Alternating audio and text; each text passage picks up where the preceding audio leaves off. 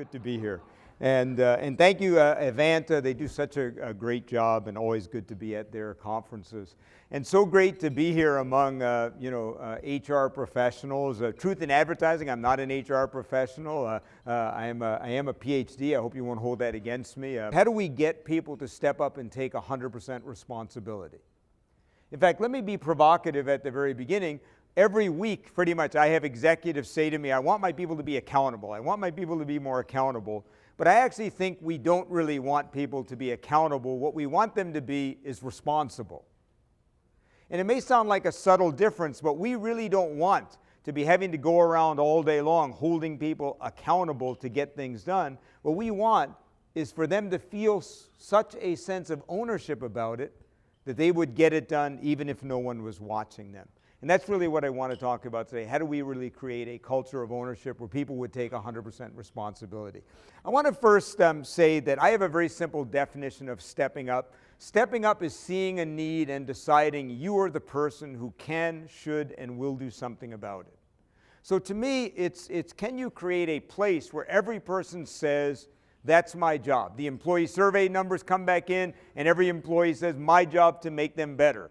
You know, the profit statement comes in, every person says, I know I'm a part of that. Fortune magazine named a relatively unknown bank in Columbus, Georgia, Synovus Bank, the best company to work for in America. I was intrigued.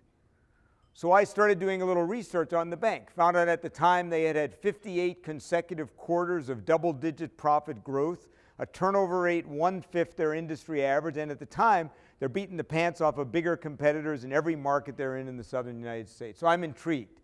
I called up Jimmy Blanchard, the CEO's office, said, can I come visit your bank? Three months later, I'm sitting in his office in Columbus, Georgia, and they talk a little funny down there in Columbus. I've done this with Jimmy in the room, so it's not an insult. I said, Jimmy, before I meet anybody else in the bank, you tell me, what is the secret of Synovus? Why are you so successful, and why are you the best company to work for in America? And I love it in his strong southern drawl. He said, John. First time I did that story in Atlanta, they said, you're going way too fast, you Yankee. He said, John, it said the secret of Synovus is the power of love. I said, Jimmy, that's it? He said, that's it. The secret of this bank is love. He said, we love each other. We love our customers. One part of this company cries. The whole company cries with them. The secret of this bank is the power of love. He let me loose my whole first day. I'm walking around the bank. What's the secret of the bank? The power of love, the power of love. Wherever I went, I saw these two numbers on the wall, 100/0. I have to admit, at first, I thought, I like it. This is an honest bank. They put it right up there where the customers can see it. You give us 100% of your money, we're not giving you anything in return. It's all ours, right? Funny, I got a lot of big banking clients. They never laugh at that joke. They don't get it. What's the joke, you know? But obviously, that's not it. So halfway through my first morning, I asked a teller just in one of the banks, hey, what's that 100 stand for? She said, oh, that's easy. She said, the 100 stands for 100% responsibility. She said, you never say it's not my job. You never say I'd have been on time if it wasn't for the traffic. I'd be happier if I had a nicer boss. This would be a great company if the CEO would just do his job 100% of the time.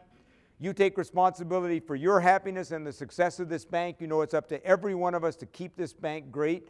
And the 0 stands for zero excuses for not giving great service or great quality with anybody inside or outside the company. There's never an excuse not to give your absolute best.